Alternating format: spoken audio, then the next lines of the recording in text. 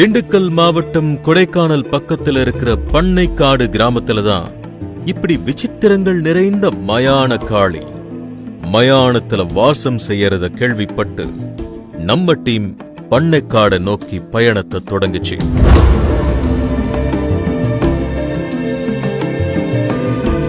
மயானத்துல இருக்கிற காளிய பார்க்க போறோம்ங்கிற பயம் எங்களுக்குள்ள இருந்தாலும் மனசுல தைரியத்தை வரவழைச்சுக்கிட்டு பயணத்தை தொடர்ந்தோம்.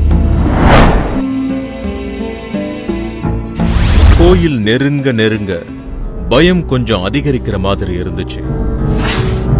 காரணம், ஒரு பக்கம் மயானம், இன்னொரு பக்கம் மயான காளி.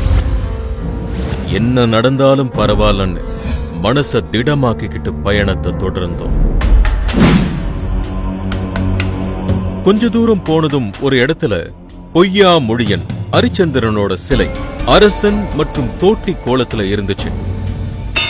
இத பார்த்த நமக்கு மயானத்தை நெருங்கின சிக்னல் கிடைச்ச மாதிரி தோணுச்சு. இதையும் மயான கொட்டகையையும் கடந்து கோயிலுக்குள்ள போன நமக்கு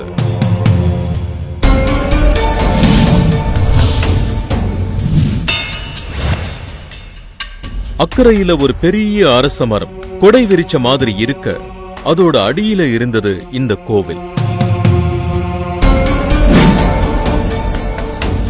அதுக்கு பக்கத்திலேயே வனபத்ர காளி,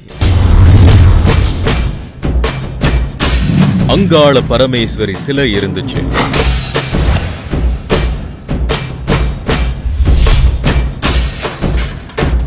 ஒரு பகுதியில கருப்பசாமி சிலையும் நாக கண்ணிகள் சிலைகளும் முதல் முறையா பார்க்கிற யாரா இருந்தாலும் பயப்படுற மாதிரி இருந்துச்சு.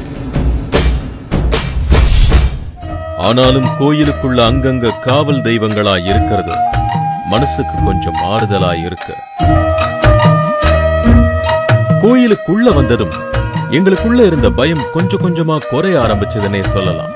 காரணம், கோயிலுக்கு அருகிலேயே ஓடுற இந்த ஆறு, அது சுத்தி இருக்கிற மரங்கள், கோவிலோட மைய பகுதியில மயான காளி சுயம்பு வடிவமா இருக்கிறத பார்த்த எங்களுக்கு கொஞ்சம் ஏமாற்றமாதான் இருந்துச்சு. ஏன்னா நாம எதிர்பார்த்த மாதிரி காளி அகோர உருவமா இல்லாம சுயம்பு ரூபமா இருந்தாங்க. பக்கத்துல ஒரு தேங்காயில மஞ்சளை தடவி குங்குமத்தால ஏதோ குறியீடு மாதிரி எழுதி மலர்களுக்கு மேல வச்சிருந்தாங்க. அங்க வந்த பூசாரி தேங்காய ஒரு மஞ்சள் துணியில வச்சு அதுக்கு பூஜை பண்ணி குடும்பத்தோட வந்த வயதான அம்மா கிட்ட கொடுக்க அவங்க மடியேந்தி அதை வாங்கினாங்க. இது ரொம்பவே வித்தியாசமா இருந்துச்சு. இத பத்தி அவங்க கிட்ட பேசினப்போ அவங்க சொன்னது எங்களை ஆச்சரியத்துக்குள்ளாக்குச்சு. சிறப்பு பூஜையில வச்சு தேங்காய் பழம் வந்து இந்த மாதிரி மந்திரிச்சு கட்டி கொடுப்பாங்க. அதை வாங்கி கொண்டு வந்து நம்ம மனையில நிலப்படியில் கட்டினோம்னா சகல சௌபாகியங்களும் பெருகி பின்னி சூனியம் எது இருந்தாலும் சரி எல்லாமே நீங்கி நல்லபடியாக வாழ்வோம். அம்மா மேல் நம்பிக்கையில் வந்து நாங்கள் வாங்கிட்டு போய் எங்கள் நிலப்படியில் நாங்கள் கட்ட போகிறோம். இந்த சமயத்துல தான் அங்க வந்த இன்னொரு தம்பதியினர் மயான காளிக்கு பக்கத்துல இருக்கிற ஒரு இடத்துல இருந்த மண்ணை கொஞ்சமா பேப்பர்ல அள்ளுனதை கவனிச்சோம். அந்த மண்ணுல அப்படி என்ன சக்தி இருக்கு, அதையே அவங்க எடுக்கிறாங்கன்னு தெரிஞ்சுக்க ஆர்வம் எங்களுக்கு அதிகமாச்சு.